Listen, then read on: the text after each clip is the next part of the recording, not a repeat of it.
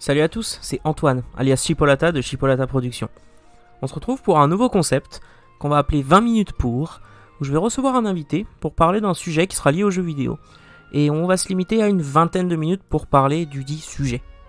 Ce sera en fait une sorte de podcast sur un fond de gameplay qui n'aura pas grand chose à voir. Donc si vous voulez simplement changer d'onglet et continuer vos activités pendant que vous écoutez ça, vous pouvez. Et pour ce premier épisode, je suis avec Adrien, alias Oltrain, que vous avez déjà vu sur cette chaîne. Bonjour Antoine.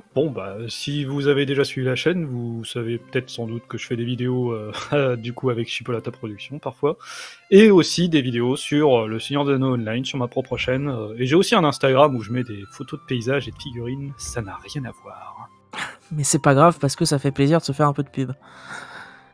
Et donc aujourd'hui, on va commencer ce pilote un peu de cette série avec le sujet suivant, les stores en ligne.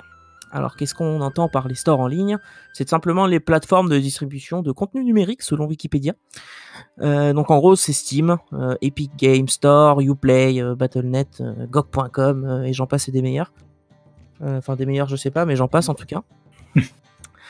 Et donc on va commencer tout de suite par la première petite problématique qui est le problème de propriété des jeux qu'on achète sur toutes ces plateformes. Pardon. Parce qu'en effet, quand on achète un jeu en fait sur une plateforme comme Steam ou comme Epic Games Store, c'est pareil, c'est toutes les mêmes. En fait, on n'achète pas vraiment le jeu, on achète tout simplement l'accès au jeu. Et donc ça pose pas mal de problématiques dans le sens où dans l'éventualité où la plateforme en question crash, donc par exemple, imagine un jour Steam il tombe, il fait faillite et puis on n'a plus accès à tous nos jeux. Alors si vous êtes comme moi et qui achetez beaucoup trop de jeux sur Steam, notamment grâce à des Humble Bundle ou ce genre de choses, c'est très problématique dans le sens où j'ai quand même claqué pas mal de thunes dans mon compte Steam. Et le truc c'est que si un jour il tombe, j'aurais perdu toute cette thune, donc c'est un espèce de risque qu'on prend sans vraiment en être d'accord entre guillemets. Enfin si on en est d'accord parce qu'on a cliqué la petite case j'accepte les conditions d'utilisation machin. Mais ça reste quand même un problème assez intéressant à discuter parce que tout le monde n'a pas le même avis, dans le sens où il y en a qui s'en foutent. Enfin, moi c'est vrai qu'avant que je me pose la question, je me suis jamais vraiment remarqué, genre ah oui ça si ça crache, parce qu'on se dit ça va jamais crasher. Mais Steam c'est relativement récent, on va dire. Ça a commencé en 2012 il me semble à faire ce genre de plateforme. Alors 2012 je serais pas sûr de la date, mais genre c'est dans ces eaux-là, quoi, autour de 2010, ça a commencé à être une plateforme de distribution, donc ça a moins de 10 ans, donc c'est quand même très récent. Et quand on voit que certaines plateformes se lancent et coulent très rapidement, on se dit, tous ceux qui ont acheté des jeux sur ces plateformes et ces plateformes ont coulé, qu'est-ce qu'ils font de leurs jeux ? Est-ce qu'ils sont remboursés ? Ce qui m'étonnerait beaucoup, parce que si ça part en faillite, ils ont plus d'argent, donc ils peuvent pas te rembourser. C'est ce genre de problème que ça apporte. Et alors, il y a certaines solutions. Donc, par exemple, quand on achète des jeux sur Humble Bundle, il y a certains jeux qui sont disponibles en DRM free. Donc, le DRM, c'est cette espèce de comment t'appelles ça, de protection là, de logiciel qui te permet de La sécurité. mettre la clé. Voilà, la sécurité, c'est ça. Et donc, en fait, en étant DRM free, c'est juste que tu as un exécutable et tu lances l'exécutable, ça t'installe le jeu. Mais ce qui te permet aussi de filer l'exécutable à ton voisin. C'était un peu comme à l'époque où tu avais les CD et même si tu avais un code, tu pouvais les réactiver plusieurs fois. Et donc moi je trouve ça un petit peu problématique, mais en même temps il n'y a pas vraiment de solution. Enfin on est un peu coincé quoi. Donc c'est un peu le problème. Et toi du coup Adrien, t'en penses quoi ? En fait pour moi c'est exactement la même question qu'on se pose de manière logique lorsqu'on commence un MMO. Le parallèle, c'est simplement que c'est une histoire de confiance. Quand on se met dans un jeu en ligne ou sur une plateforme, en fait, on a confiance, c'est une question de confiance, de se dire j'ai confiance que la plateforme va tenir suffisamment longtemps pour que mon achat soit rentable. Si je m'achète un jeu, si je suis sur un MMO à abonnement, j'ai confiance, j'espère avoir suffisamment confiance dans le jeu pour qu'il reste suffisamment longtemps en ligne, pour que je puisse m'amuser, pour que je puisse passer du temps, quoi. Et là, c'est exactement la même chose au final. C'est une histoire de confiance, et c'est là où c'est vrai que la concurrence, il y a des histoires de concurrence entre différentes plateformes, mais c'est aussi une question de en qui j'arrive à avoir confiance pour pouvoir garder mes jeux. Alors du coup, j'ai regardé vite fait, enfin Steam, c'est encore plus vieux que ça, hein. Ça date. Je regarde vite fait une petite recherche Google, puis je vois que la plateforme Steam date de 2003. Je sais pas Ah si oui, c'est en déjà effet. vraiment du jeu, ça faisait déjà comme ça. Mais bon, c'est déjà une problématique en fait qui est assez ancienne parce que le téléchargement des jeux. Je crois qu'à l'époque, il n'y avait pas de téléchargement du jeu. C'était seulement on achetait une boîte et après on l'activait déjà Ouais. sur Steam qui était une plateforme. Maintenant, c'est vrai que tout se fait en ligne. Bon, on a parlé par exemple des. Enfin, tu as parlé plutôt des plateformes qui pouvaient se cracher. Bon, voilà, petit exemple à la con. Razer avait essayé de se lancer en faisant un store en ligne de jeux. Et en fait, le jeu, bah, il n'a pas tenu un an. Là, sur le coup, par exemple, ce qu'ils ont fait, c'est que ils ont donné des clés à tous leurs clients qui permettaient de les renvoyer vers Steam ou je sais plus quel autre magasin. Ouais, Mais donc c'est ils ont vrai quand que même. voilà, on est clairement dans une problématique où si Steam se crache et que rien n'est fait, techniquement, juridiquement, ils peuvent tout à fait couper l'accès à tous les wallets Steam Ah bah qui complètement. Hein. existent. Et c'est vrai, c'est vrai que ça fait flipper, quoi. Bah, c'est un peu un problème, ouais, tu te dis, bon, tout l'argent. Après, bon, si t'as acheté quelques jeux, que t'es pas un gros joueur, ça va. Mais un des problèmes fondamentaux que je trouve, c'est que t'as pas le choix en fait. Ils t'obligent à faire ça. Bah, de toute façon, soyons francs, on a cette problématique avec Steam, mais on pourrait tout à fait élaborer ça sur Windows. Un jeu que j'ai acheté sur Windows 95. Aujourd'hui, j'essaie de le lancer sur un Windows 10. Ça va pas fonctionner. C'est vrai, c'est vrai. Mais là, c'est plus des limitations techniques et technologiques. Bah oui, mais en fait, ça va être des limitations historiques, le fait que Steam va, au bout d'un moment, cracher, parce que voilà, dans 10 000 ans, on va plus y avoir Steam, Oui, normalement. bien sûr. Voilà, quoi. Donc c'est vrai que c'est là, sachant que les jeux qui pouvaient être compliqués à avoir hier, et voilà, qui étaient sécurisés, qui coûtaient de l'argent, tout ça, aujourd'hui, pour beaucoup, c'est possible de les avoir pour 2 francs 6 sous, quoi. C'est vrai, c'est vrai. Sur d'autres plateformes, donc c'est vrai que c'est des problématiques qu'on se pose parce qu'on a des jeux actuellement auxquels on joue actuellement qui ont un intérêt actuellement, mais dans le futur, enfin, ce genre de choses vont se poser très différemment. Par exemple sur Steam, techniquement, quel est le seul jeu vraiment dont j'ai besoin de Steam réellement pour jouer? De tête, je dirais Team Fortress, parce qu'il joue par les serveurs Steam et il fonctionne Oui, que je comme vois. ça, et il pourrait être envisagé que de cette manière-là. Tous les autres jeux que j'ai sur Steam, en soi, ne requièrent Donc, pas rien à voir réellement avec, Steam. Voilà. avec Steam. Ouais, c'est vrai, c'est vrai. Sauf, si, j'ai un contre-argument quand même à ce que je dis, Tabletop Simulator. Ah, c'est vrai, c'est vrai. Mais ça, peut-être qu'on en parlera après, du coup. On va peut-être en parler plus tard. Ok. Donc c'est vrai que c'est un peu un coup d'épée dans l'eau cette histoire, parce qu'en fait on peut pas faire grand-chose. Et de toute façon, comme tu l'as dit, pas sûr que ce soit une vraie problématique, dans le sens où si ça se trouve dans 5 ans, tout aura évolué, tout aura changé, et il y aura peut-être des solutions. Espérons en tout cas. On va passer du coup à la problématique suivante, qui est l'exclusivité des stores. Donc qu'est-ce que j'entends par exclusivité? C'est, comme vous avez sûrement entendu parler si vous suivez un minimum l'actualité du jeu vidéo, il y a Epic Game Store qui est sorti récemment, il y a à peu près un an, et qui prend pas mal de licences à Steam, et en mode c'est nous, on a l'exclusivité sur ce jeu-là, donc Steam ne pourra pas revendre ce jeu-là, et du coup ça fait une espèce de exclusivité des stores, hein, une espèce de petite guerre, une sorte de guerre des consoles un peu, mais c'est la guerre des stores numériques. Et ça, c'est un truc qui est un petit peu chiant.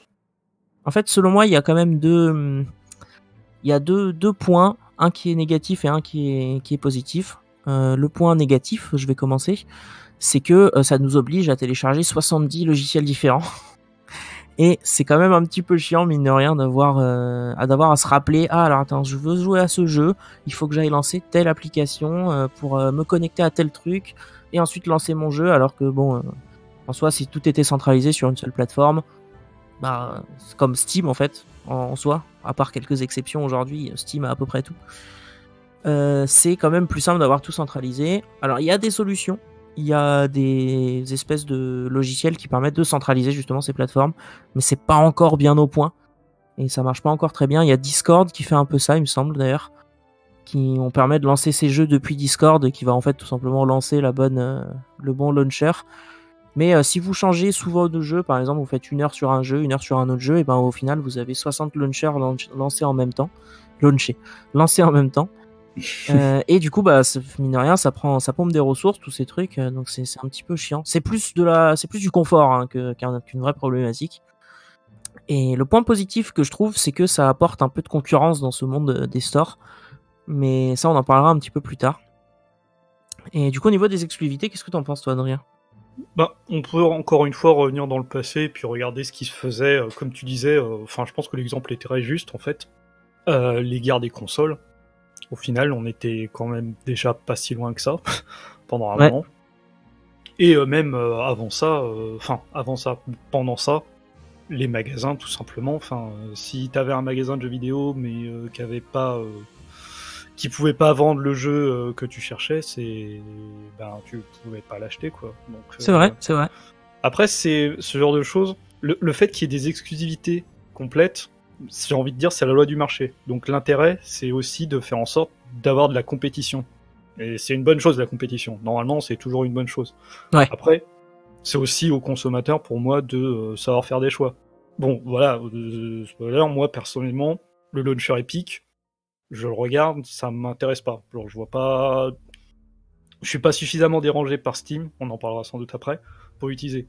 Si j'ai un jeu que j'attends beaucoup et qui passe sur Epic, c'est vrai que je vais me poser la question, est-ce que je vais m'embêter à aller le chercher là-bas ? Sans doute pas, à moins que ce soit vraiment le jeu de mes rêves, et à ce moment-là, du coup, je suis prêt à faire des concessions, comme tout. Mais personnellement, c'est leur problème, quoi.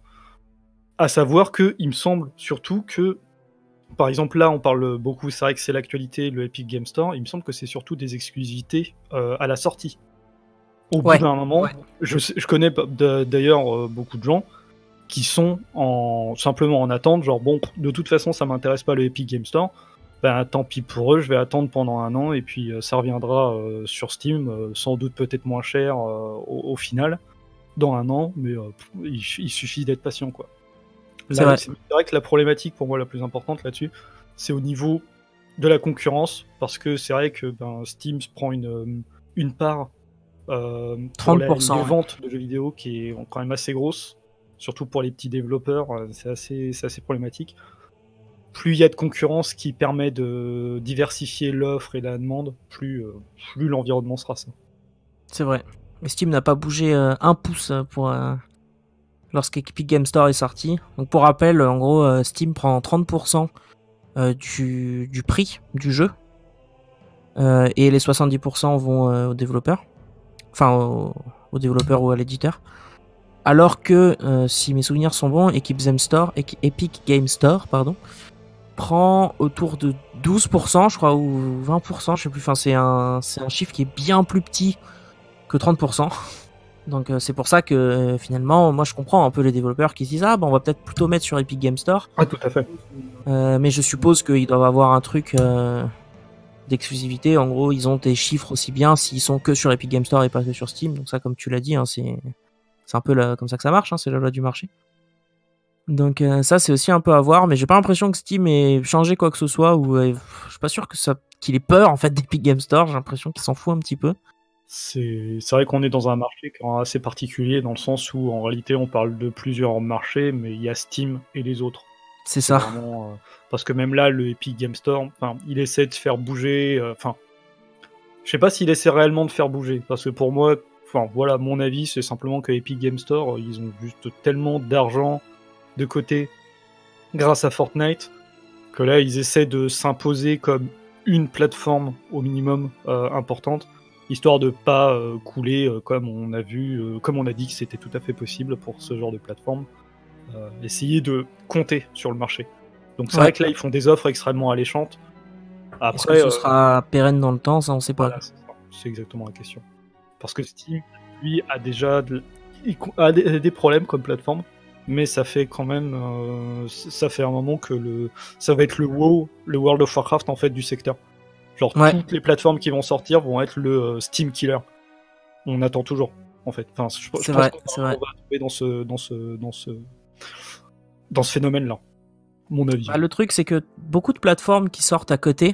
Donc là, on a presque shifté sur le prochain prochain sujet qui était le monopole de Steam justement. C'est beaucoup de plateformes qui sortent, donc comme le Epic Game Store, et je pense surtout à GOG.com. En fait, ils ont des arguments. Donc, par exemple, j'arrive pas à le dire. Hein. Epic Game Store, son argument c'est on reverse plus d'argent aux développeurs. Donc c'est bien. GOG.com, son gros argument c'est que tous ces jeux sont donnés en DRM free. Donc ce qui fait que quand tu achètes le jeu, il est à toi. Et c'est pas, comme on a dit précédemment, un accès en gros à un serveur qui te permet d'utiliser le jeu. Qui te permet de le télécharger en tout cas.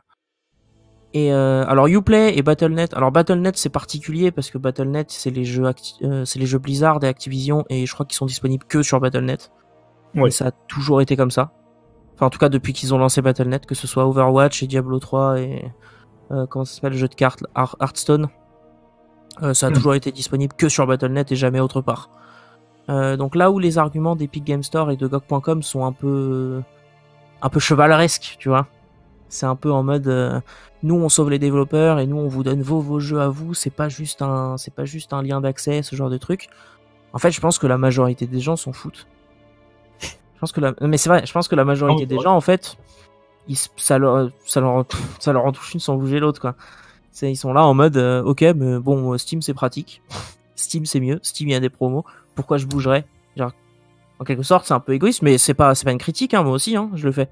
C'est en mode genre pourquoi moi je m'embêterais à faire des efforts pour que les développeurs soient plus récompensés, ou alors pourquoi je me ferais chier, de toute façon Steam ça va jamais cracher, pourquoi j'irais chez GOG alors que voilà, c'est peut-être t'as peut-être des deals un peu moins intéressants, enfin tu vois ce genre de choses. Je pense que c'est ça aussi un peu le problème. C'est que Steam est tellement ancré que en fait les gens sont là, bah ça sert à rien de toute façon, ça va pas changer grand-chose. Enfin tu vois, c'est un peu cette vision-là que les gens ont, selon moi. Hein, après, je sais pas. Je pense que effectivement, comme tu dis, la majorité des gens s'intéressent absolument pas de toute façon, tout comme, moi quand je vais faire les courses, je m'en fous un petit peu de la politique managériale en réalité du magasin. C'est vrai qu'on aime bien se donner bonne conscience, mais en réalité, si le magasin il est à 10 minutes de chez moi alors que l'autre il est à 1 heure, ouais, je vais prendre mes œufs à côté de chez moi, quoi. Enfin, c'est vrai que là-dessus, c'est de la logique de flemmardise de consommation. Il y a quand même des trucs sur Steam auxquels je pense des petits conforts. Alors je sais que le reproche qui est fait à Steam, c'est le fait que ça parte dans tous les sens. Ça essaie à la fois d'être un truc de jeu, d'être un lieu social, d'être un lieu de débat, d'être un lieu où il faut tester les jeux, où il faut noter les jeux, où il faut envoyer les screenshots de ces jeux. Enfin, ça fait absolument tout à la fois. Ça fait tout, ouais. Jeu de cartes. Ouais, ça va, jeu de collection, ouais. Ça fait absolument tout à la fois, et pour certaines personnes, c'est absolument imbuvable. Ce que je trouve intéressant, c'est que je peux rester dans le jeu, je peux suivre la communauté des jeux, je peux suivre les avis sur les jeux en direct, même sans posséder le jeu d'ailleurs. Je peux tout à fait aussi regarder à quel point un jeu qui est modable est vivant via le workshop. C'est vrai que ça, c'est un gros avantage, ouais. Voilà, je parlais de Tabletop Simulator, qui est un jeu qui simule des jeux de plateau, de figurines et des jeux de société. C'est typiquement le genre de jeu, en réalité, qui a besoin de Steam, parce que sans Steam, je reviens à l'époque moyenâgeuse de ModDB pour aller télécharger mes mods, et c'est c'est difficile, ouais. C'est pas possible, parce que là, avec le workshop, je clique sur un bouton, enfin, je vois un mode qui m'intéresse, je clique sur un bouton, et voilà, j'ai le mode. Genre, il n'y a plus de questions à se poser, c'est... ça, c'est un des gros avantages de Steam, hein. Ce workshop et cette communauté... C'est quasiment inimaginable, en fait, je pense, d'avoir une plateforme qui puisse se doter déjà d'une librairie aussi immense, d'outils aussi divers et variés, même en termes de chiffres. Et quand je parle de chiffres, par exemple, c'est quand on veut voir comment un jeu fonctionne, je sais que nous, quand on le fait, on va voir directement les chiffres Steam. Parce que pourquoi s'embêter avec le reste, quoi? Je dirais littéralement, quoi. Donc, non, en effet, ouais. C'est vrai qu'il y a une problématique complètement de monopole qui peut essayé d'être contestée par des plateformes qui vont faire ce qu'elles peuvent de mieux, mais c'est vrai que quand on se présente directement, qu'ils le veuillent ou non en fait, ils vont toujours se présenter comme le compétiteur du monopole de la grande plateforme. Et ça va être le problème. C'est exactement le même problème, comme je disais, que tous les MMO qui sont sortis après World of Warcraft, qui voulaient être le World of Warcraft killer. Qu'ils le veuillent ou non, en fait, alors, ils étaient catégorisés là-dedans. Parce que c'est ce que les gens ont envie de voir, quoi, tout simplement. Quoi, ouais, ils ont envie de voir du changement. Ils ont envie de voir du drama sur la scène. Ouais, je suis plutôt d'accord. C'est pas du changement qu'ils veulent. Les gens, ils sont très bien. Hein. Si Steam, c'était le seul plateforme et puis que tout le monde serait très content, je veux dire, regardez Amazon. Amazon, c'est typiquement ça. Ça fonctionne exactement comme Steam. C'est la grosse plateforme énorme qui a un cul tellement gigantesque que c'est impossible de la déplacer. Est-ce que les gens y râlent ? Non.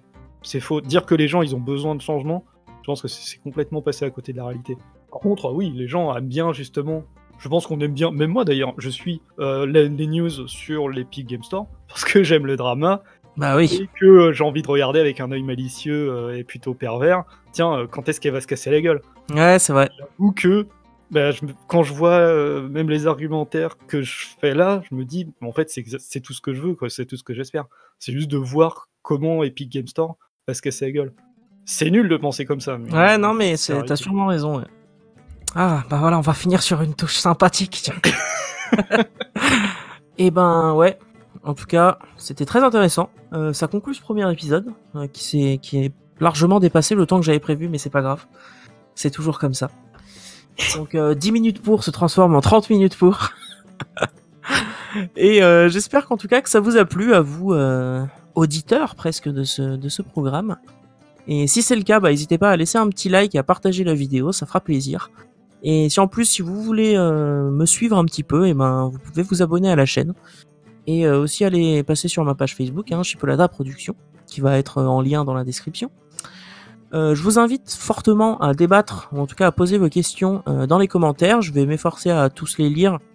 Adrien, merci d'avoir participé à ce premier épisode. Merci à toi de m'avoir invité. Et je t'en prie.